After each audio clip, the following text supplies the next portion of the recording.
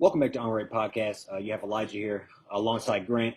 We have another episode where in the midst of the NBA Finals, the Boston Celtics and Miami Heat just wrapped up 2 days ago. Celtics was able to take one, stormed back after kind of being down in the series, kind of looked dead on the road there for a minute, and they found a way to storm back. And now we have the Warriors back in the finals. Yep. I believe it's sixth time in 8 years, facing off a group of young guys headed to the finals for the first time. It's kind of just, what are your initial thoughts? We're a day away from the tip-off. Yeah. But yeah, we should have a good one here on our hands. Yeah, I would say I'm not the biggest Boston Celtics fan, but I feel like I'd be really tapped into their series more than anybody else's. Just kind of feel like they, kind of had the hardest path to get here. Seeing KD and Kyrie first round and sweeping them, that's still something I just, still kind of blows my mind. And then seeing them go 7 with Giannis. I know there's injury thrown in there here and there too. Definitely don't want to discredit them getting here, but I just think, they were able to, win on the road. They lost games at home they shouldn't have lost. And then I'm pretty sure that they have not lost 2 games in a row since January 1st. So the way they just carry themselves, and I'm a big fan of their coach, Ime Udoka. I've been just kind of obviously hear more and more about them as they get farther and farther to the playoffs. First year, correct? Yeah, yep, first year, yep. I think they selected him last June or something like that. But I'm really impressed, and I'm not gonna lie. I think, I know people are kind of leaning towards the Warriors as far as them being the winners or winning the finals, but Boston has size. They're best defense in the league, and they got some pretty good amount of firepower too. So it should be a great series. Yeah. Do you think you're rolling with Boston to get it done, or I think it's early. That's kind of one of it. Yeah, I think I would. I think and my heart says Warriors in 6, but I just feel from a basketball standpoint, how the teams how they match up, I wouldn't be surprised if Boston got it done in 6 or 7. And I'm probably leaning more towards them just to, that'd be chaotic, right? At this point, all I really care for is chaos. Yeah. So I don't know. So I brought it up a couple times, but I've never even picked my Western Conference thing because I kind of felt something with the Warriors, just the way they kind of played. Jordan Poole. Yeah. Up towards the end of the year. So I guess I'm gonna do it a little bit in reverse, but I'm gonna go Warriors. I think in 6. Right. And I do think Boston is a very formidable team. Yeah. And I think the Warriors have handled they've made it look fairly easy. As they're run throughout the West, and obviously, like you said, injuries on their side as well. Ja missed the rest of that series. Not Luka wasn't banged up, but he came in sick. They've had some benefits as well too. So those typical Warrior runs. They always, somebody's always down or somebody's always a little banged up. It's a little easier on them. So no, I have to find it, but I got something for you. But no, so I don't know. All in all, I just think the Warriors are rolling. I think, that 4th ring means something to the 3 guys, Curry, Clay, and Draymond. I think that they would really cherish that 4th ring. I think that's something that not a lot of guys have reached that bar there. They probably already are considered a dynasty, but if you get this done, there is no doubt that they are a dynasty. The modern day San Antonio Spurs. Yeah, really. Like a 4. Just always in it. Team just put together by draft picks. Yeah. Yeah. So no, I think they got a good thing rolling. I think when you watch them play, we're one of the only teams that. Well, I guess this way, when you watch them versus the Mavericks, it was very interesting to watch them come down and run such specific plays or certain scenarios or players or where they're inbounding ball on the court versus the Mavericks, who was we just out here thugging it out, getting into Luka, jacking up threes. Yeah. You know, and I mean, at one game they had like 33 threes in a half. Yeah. So, I just think Warriors are the team that's known for shooting threes. So that's kind of interesting as well. But I just think this matchup, I think the Warriors, their experience, and they just really have playmakers at every facet. Yeah. Whether it's Looney, whether Draymond is making a timely play, obviously Clay, Curry, Poole, and let's not forget about Wiggins. Wiggins, he was the real MVP for that squad as far as what he did in that last series. So I just think they got a little too much to firepower in general, and they're going to be hungry for that fourth ring or some of their first rings. So. Yeah. I agree. No, I think, yeah, this, and I'm just kind of like playing like, I'll be devil's advocate since we don't really care for any of these teams. But just from like a Celtics point of view, I just think like I'm gonna be real curious to see, how they attack Steph and Jordan. Like these guys, I mean, for them, defense is optional. Oh wow, That's you guys right now. Look at that. that's why I'm just playing devil's advocate. But I'd just be real curious to see, how they go at Steph and Jordan Poole, making them play defense. Tatum 6'10", Jaylen Brown like 6'7", 6'8". I mean, Marcus Smart can go and get him. He's 6'4", 6'5", and go get him. He'll give you a sneaky 20. Yep. They got, I mean, for Kevin Looney, they got Robert Williams, Al Horford, Grant Williams, Daniel Tice, like, and these are, I even think like that Warriors series with Dallas. Dallas just couldn't rebound the ball. So that was, you think if they would have had like a formidable, I think their starting center was like 6'6". They would have had like a formidable big, probably would have been a little, maybe a little different. They did just kind of shoot themselves out of that series quite a bit. But that's just how the makeup of their team is. But yeah, I just think like I'll be shocked if this goes, Warriors in 4, like Warriors in 5, something like that. You know what I mean? Just because of, the amount of like, the only thing with even Boston too is they've been in the conference finals like what 3 out of the last like 5 or 6 years themselves. Yeah. They got there like 2018 when they were super young when Tatum was a rookie. Yep. I think they got they played Miami. Been there in the bubble, I think. Yeah, so they, obviously the finals is a whole different ball game. But these guys, they just battle tested. You know what I'm saying, to a certain extent.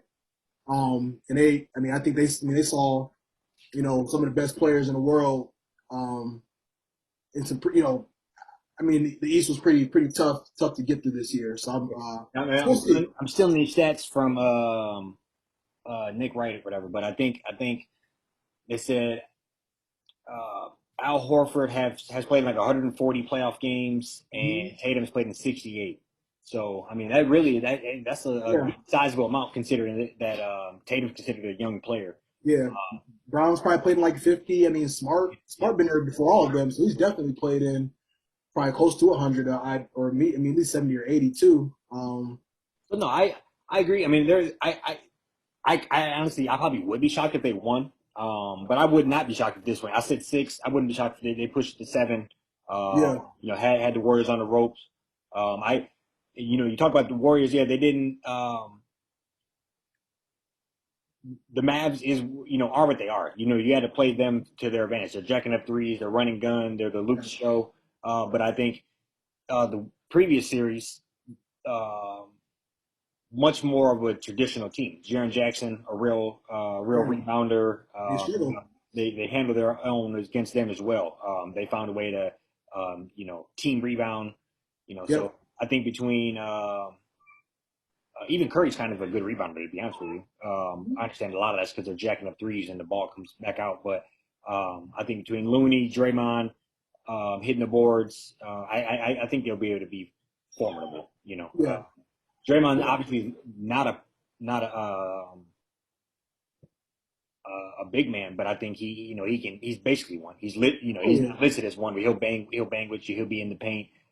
He's an enforcer by himself. So I think obviously I'm very high on Draymond in general. I think he just deserves his flowers a little bit more. But I definitely think we got a good series tip off tomorrow.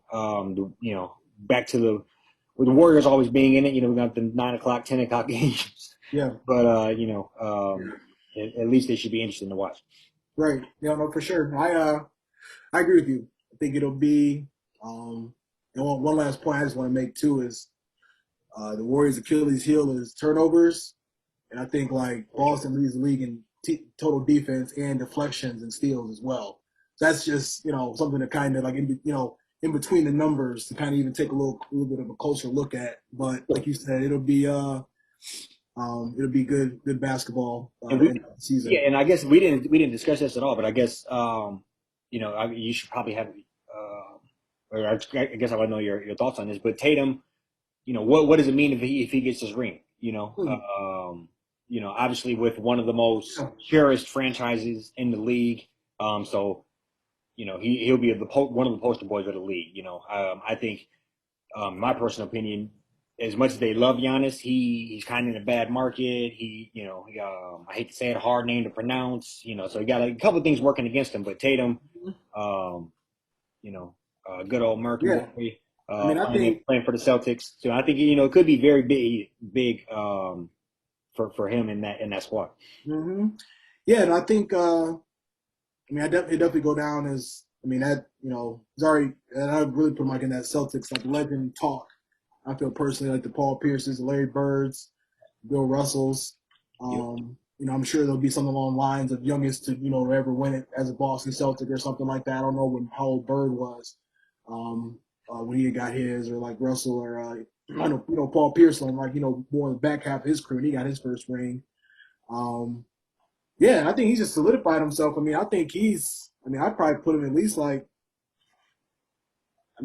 argument for top 5 in the league, as far as just, accomplishments wise. He's put up some monster numbers in the playoffs, put up some monster numbers the last couple of years. I think he's first team All NBA this year. I think he even received votes for like defensive, like, all defensive teams. So yeah, he's coming into his own. Like growing up before our very eyes. I think some of them, I know he idolized Kobe. It was kind of just seeing some of the shots he started hitting towards the end of that game 7. So he's kind of got that too. Where it's it's like almost like chasing a ghost, like in real time, as far as just trying to get to where his idol is at. So yeah, great storylines overall. I always say about Tatum, like, probably root for him more if he didn't play for Boston, if he wasn't a Duke. Didn't go to Duke, but it looks like more like he should have played for Kansas and played for like Denver or something. Like that's more, or like he should have been a Sixer. He should have been, he could have been a Laker. Right. So I just feel like it's one of them things. He's a good player, but yeah. Agreed. And then we can transition here, but he goes to the Sixers, then everybody can finally get that Shaq and Kobe comparison they're trying to get. That'd be real, yeah. And it might have a ring or so to show for it by now. Absolutely. But yeah, no, and I think next, just transitioning into, the Pistons draft. We're 25 days away. I think the draft's on the 25th of June, and it's heating up. Everybody in town is excited. Everybody that's a Pistons fan is excited. And obviously that 5th pick is very most important. But I think it is good to go ahead and take a look at that 2nd round pick that we have, and maybe some players that we can kind of target. Just take a look at here some of the players that are listed in that ballpark of where we'll be. And, so just kind of wanted to see if you had anybody in particular you're looking at, or if kind of what you're feeling here for that 46. Yeah, I think this is definitely a good opportunity to get a nice little diamond in the rough.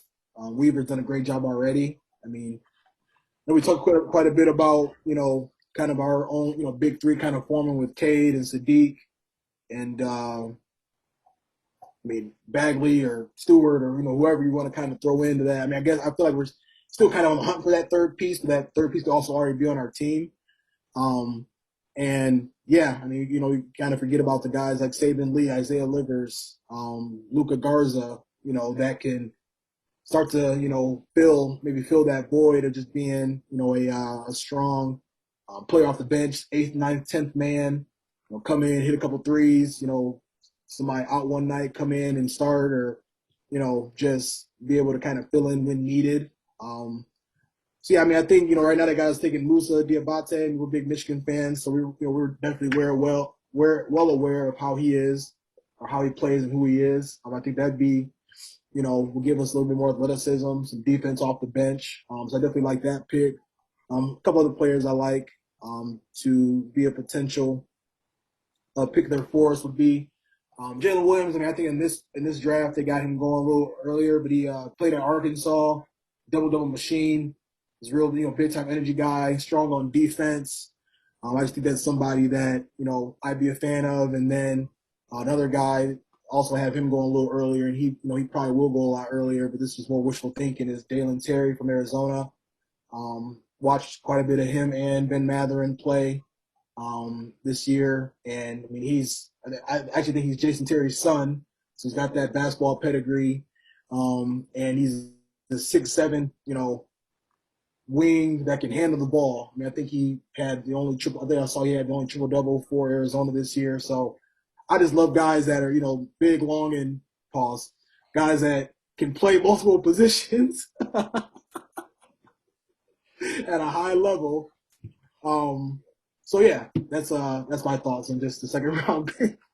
No, so I looking at Diambate, something that obviously, like you said, we're closely familiar with what's going on and him Yeah, going on, him being a highly touted guy out of yeah, IMG, I believe, in Florida, and so with all that being said, I believe he'll be a solid player. If we were to take him, I would not be mad about that at all. yeah, I think it says it right here, but I do think he is a great defender. I've seen him, play some great help defense, come across with blocks, yeah, timely rebounds. He's a quick jumper.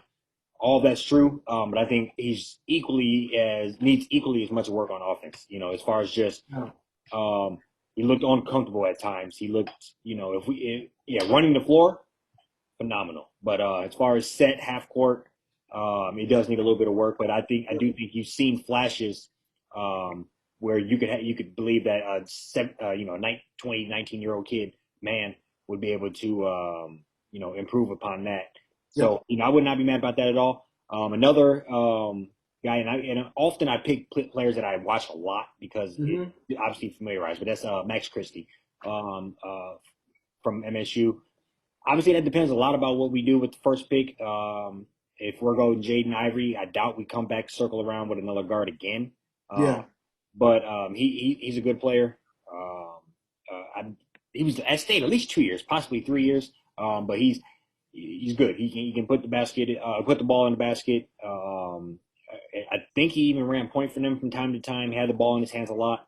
Even though he's listed as a shooting guard here, so I yeah, would not be mad about a player like that. He's got him going 2 picks before us here, but somebody like that could easily be anywhere within there. And then Caleb Houston is once again back to just relatability. But you brought it up earlier, and I'm kind of stealing your point. But I mean, I would not be shocked if in 2 or 3 years he's not hitting 2 to 3 threes a game for some team, mm-hmm. because it's clear that he has a strap. It's clear that he can come in and get hot. I mean, there were some games in there where there were stretches where we all thought he was going to heat up, somewhere in like February where he was starting to really come on, and hitting 4, 5, 6 threes, or maybe not six, but 4 or 5 threes in the game, a handful of times. And he's just a young guy, freshman. So he's going to be around on somebody's roster for sure in the future. It's just a matter of what direction you really want to go with that next pick. I know I'm like a broken record here, but I still think we got to go shooters, um, and continue to do that, because a lot of them won't work out, and then you can kind of just load your roster up and then continue to um, draft shooters with these picks. Yeah, Some of them are going to work out, other ones won't, and then you continue to fill your roster out with all that money you got left over. yeah, yeah. And I think I mean, I think that I've been told many times that this draft is pretty deep. So I think there's going to be a lot of players that'll fall to the second round that aren't necessarily, might have been first round players if it was a different year. Um, but yeah, I mean, I just see how it unfolds, and yeah, I mean, as you start to scroll, I can see even more players. I mean, the guy Bryce McGowan's from Nebraska. I mean, I think he won Defensive Player of the Year. Yeah, Um, that actually was our pick that we ended up trading to the Raptors. It looks like, but I mean, I wouldn't even hate, I wouldn't hate them getting, it's like a wing or just somebody that you can kind of just maybe plug in. I've got some solid potential. Obviously, you can find somebody that is, nice little spot up shooter. In the second round, that'd be ideal. Depending on what happens with Jeremy Grant and moving off of him, I mean, Kelly Olynyk, could like not re-sign with us. I mean, there's a lot of moving parts that could. I think there's players that we could draft some people, somebody in this draft that kind of shifts how free agency looks for us when it comes to re-signing certain players or letting them walk yeah, for sure. as And maybe well. I'm completely blanking, but when did we trade with the Raptors? I don't know, Yeah, that I'm not like sure. 2014 or something. I don't even like. I Yeah, can't because that recently, yeah. but yeah, no. So I agree with you on that. I think we're obviously in a great spot. Cade recently was on Slam cover. He's getting a lot Mhm. of press. You Yep. sent me a dope YouTube video of them, just kind of a lot of behind the scenes interview. I think we clearly have a star here. We clearly have a Yeah. guy who shows that he's driven. He talked a lot about things that I love to hear. He said he's new goals. He was working toward things. He brought in the team. He said, "Me and the guys, me and the team." He wasn't selfish about it.